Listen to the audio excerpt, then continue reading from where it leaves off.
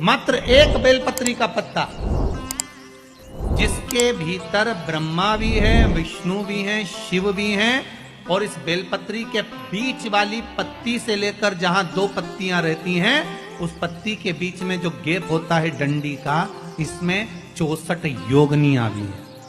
64 योगनियां देवियां भी इसके अंतर्गत विराजमान है। और उस डंडी के नीचे जहां दो पत्ती है, इस दो पत्ती के नीचे की जो लंबी डंडी रह जाती है, इसमें 33 कोटि देवताओं का भाग है। उस डंडी के नीचे जो छोटा सा एक मोटा सा भाग रह जाता है, कई बार आप लोगों ने बेलपत्री को तोड़ा होगा तो नीचे एक मोटा सा भाग रह जाता है महाराज, उसके अंतर्गत सारे तीर्थों का भाव जागृत रहता है। उस बेलपत्री को केवल साधारण ना समझे, शिव को अगर समर्पित कर रहे हैं तो वो संपूर्ण उसी के अंतर्गत, संपूर्ण।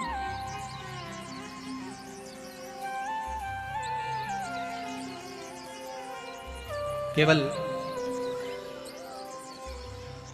आप लोगों ने बेलपत्र अगर कभी शिव जी पे चढ़ी हुई, हम तो कई बार निवेदन करते हैं कि आप उसका सेवन हफ्ते में एक बार, जिसको भी शुगर हो, बीपी हो, थायराइड हो, हफ्ते में एक बार शंकर जी पे चढ़ी हुई बेलपत्र अवधूतेश्वर महादेव के नाम से, कौन से महादेव? अवधूतेश्वर महादेव के नाम से खाना प्रारंभ कर देना चाहिए, हफ्ते में एक बार। और जिसके भी घुटने में प्रॉब्लम रहती है या डॉक्टर ने बोल दिया कि घुटना बदलना पड़ेगा, तो उनके लिए निवेदन है, शिवरात्रि के दिन रात्रि को 12 बजे शंकर जी पे चढ़ी हुई बेलपत्र, भगवान शंकर पर चढ़ी हुई बेलपत्र, शिव जी के मंदिर पर ही बाहर खड़े होकर शिखर का दर्शन कर कर उस बेलपत्र को चबा चबा कर खा लीजिए। घुटना बदलने की जरूरत नहीं पड़ेगी, कभी भी घुटना बदलने की जरूरत। और कई लोगों ने प्रैक्टिकल करके देखा है, आपके बीच में ही लोग बैठे होंगे, बहुत सारे आपके भीतर बैठे होंगे। भगवान भूत भावन भूतेश्वर मेरा शंकर, मेरा कैलाशी, मेरा अविनाशी, मेरा शिव है, इस मृत्यु लोक का।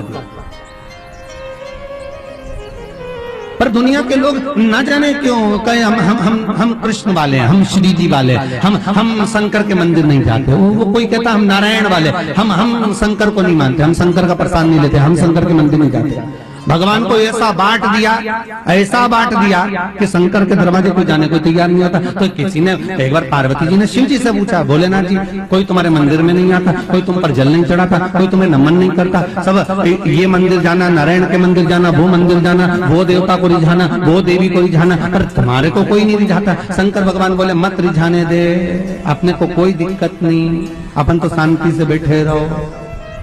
मेरे ससुर ने मुझे श्राप दिया है, दक्ष प्रजापति ने, ए शंकर मैं तुझे श्राप देता हूं कि तू शमशान में निवास करेगा। शंकर भगवान बोले उस दिन से मैं बड़ा प्रसन्न हूं, क्योंकि मैं शमशान में रहता हूं। आज किसी का भी भजन कर ले, चाहे ये राम कहे, चाहे ये कृष्ण कहे, चाहे देवी कहे, चाहे भक्त कहे, इसकी मर्जी पड़े, जितना देवी देवता पूछता फिरे, पर आखिरी में मरने के बाद तो मेरे पास आएगा ना, तब निपट लूंगा। बस उस दिन का इंतजार है। और जैसे ही मेरे पास आया, ऐसी लकड़ी में जलाऊंगा गीली कि 3 दिन ठंडा नहीं होने दूंगा।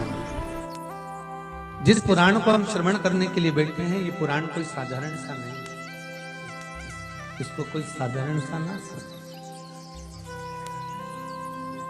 भगवान शिव की जब कृपा होती है, करुणा होती है, दया होती है, तब जाकर कहीं आप भगवान शंकर की अविरल भक्ति और मुक्ति की पथ को निश्चित करने वाली शिव महापुराण की कथा श्रवण कर पाते।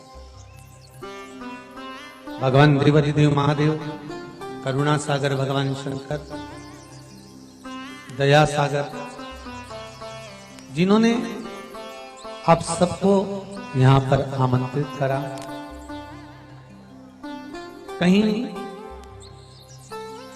भोले बाबा की दया और उदारता ही है जो पूरे शहर सीहोर में ऐसा कोई भवन नहीं है जिसमें आप लोग नहीं हैं, ऐसा कोई भवन नहीं जहां आप लोग।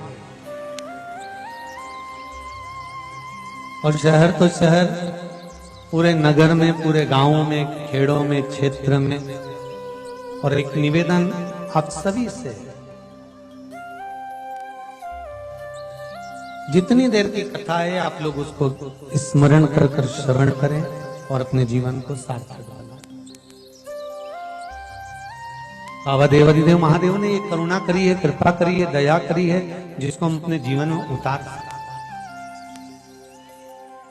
बस आपके आसपास में अगर कोई खड़ा हुआ हो, बोल रहा हो, तो उसके चरण पकड़कर आप उसको कहें कि थोड़ा शांत रहें, जिससे हम भगवान की जिस कारण आए, आप आए किस कारण से, आप किस लिए यहां पहुंचे हो, केवल उसके दो कारण हैं। एक बाबा देवादिदेव महादेव का प्रसाद स्वरूप रुद्राक्ष चाहिए और दूसरी शिव महापुराण की कथा चाहिए। केवल दो कारण हैं और उसके सिवाय कोई कारण आपके पास में है नहीं। कौन किसके यहाँ आता है जी, किसके बस का है? जो कोई आए जाए, किसके बस का? ये तो देव आदिदेव महादेव की करुणा, कृपा, दया, उदारता है, जिसके बल पर हम भगवान की अविरल भक्ति और मुक्ति का साधन शिव महापुराण कथा का रसास्वादन करते। शंभो शरणे मांगो घड़ी रे घड़ी, दुख काटो दया करी न दर्शन आपो। शंभो शरण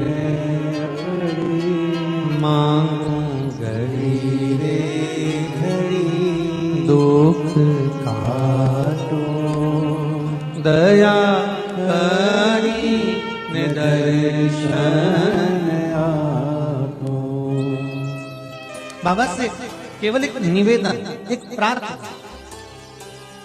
और बाबा से केवल एक विनती, हमारे जीवन की एक सार्थक कि तेरा ही दिया मैंने खाया पिया है, तेरा शुक्रिया है, तेरा शुक्रिया है।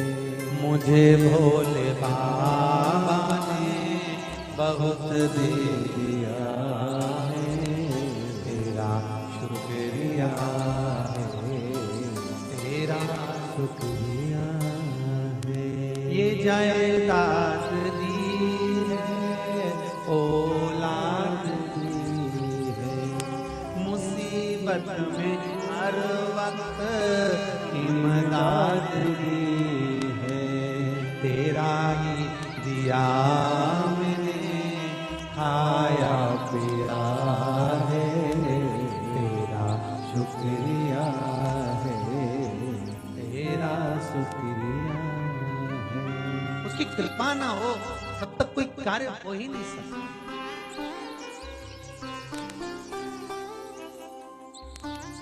संसार में आने के बाद देखिए, अगर भगवान के होना है, परमात्मा के अगर हमको होना है, तो थोड़ा सा तो जीवन में कष्ट। वैकुंठ चतुर्दशी का जो दिन है महाराज, इस दिन रात्रि को 11 बजे से लेकर 12:30 के बीच में दीपदान होता है और 14 दिए का दान होता है। इसमें 14 दीप का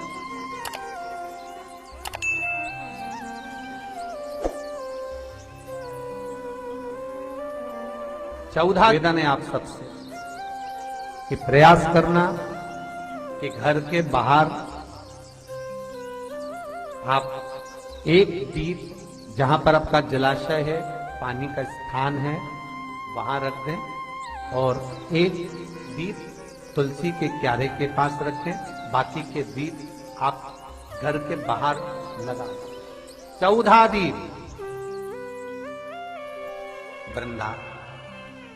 वृंदा की आंखों से आंसू बह रहे हैं, नैनों से नीर बहे और वृंदा ने उसी समय भगवान शंकर को बुलाया, भोलेनाथ पधारो पधारो। शिव सामने वृंदा, तेरे पति ने जो उपद्रव मचाया था, जहां जहां मंदिर देवालय तीर्थ व्रत सब खंडित कर दिए। जो ब्राह्मण पूजन करने बैठते थे तेरा पति जलंधर, उनके प्राणों को हर लेता। वृंदा, कहीं किसी गांव में अगर भोजन और भंडारा होता था तो तेरा पति उसमें कुछ गलत पदार्थ मिला देता। वृंदा, तेरे पति को मारना जरूरी था। वृंदा की आंख में आंसू भरे थे और वृंदा आंसू भरती भरती कहती है, भोलेनाथ, मैं ये भगवान विष्णु को श्राप देती हूं कि ये पत्थर के हो जाए, ये पत्थर के हो जाए। और मैं वृंदा हाथ में जल लेकर अपने शरीर पर डालती हूं और मैं तुलसी का पौधा बनूंगी। पर भोलेनाथ, हे शंकर, हे शंभु, हे त्रिकालदर्शी, हे कैलाश, मैं तुलसी कभी आप पर नहीं चढ़ूंगी। केवल वर्ष में एक दिन होगा बैकुंठ चतुर्दशी का दिन, जिस दिन भगवान का हरिहर मिलन होता है। बैकुंठ चतुर्दशी दीपावली के बाद में आती है, पूर्णिमा के पहले, कार्तिक पूर्णिमा जो आएगी बैकुंठ। और इस बैकुंठ चतुर्दशी का बड़ा महत्व है साहब। जो बच्चे पढ़ने में कमजोर होते हैं, विद्या में कमजोर होते हैं, जिनकी चित्तवृत्ति कमजोर होती है, जो उनको माता पिता बार बार कहते पढ़ पढ़ पढ़ और बच्चा पढ़ता नहीं है, उनका दिमाग, उनकी चित्तवृत्ति खेलने में लगी रहती है, चिड़चिड़े रहते हैं, उन बच्चों के लिए शिव महापुराण कहती है बैकुंठ चतुर्दशी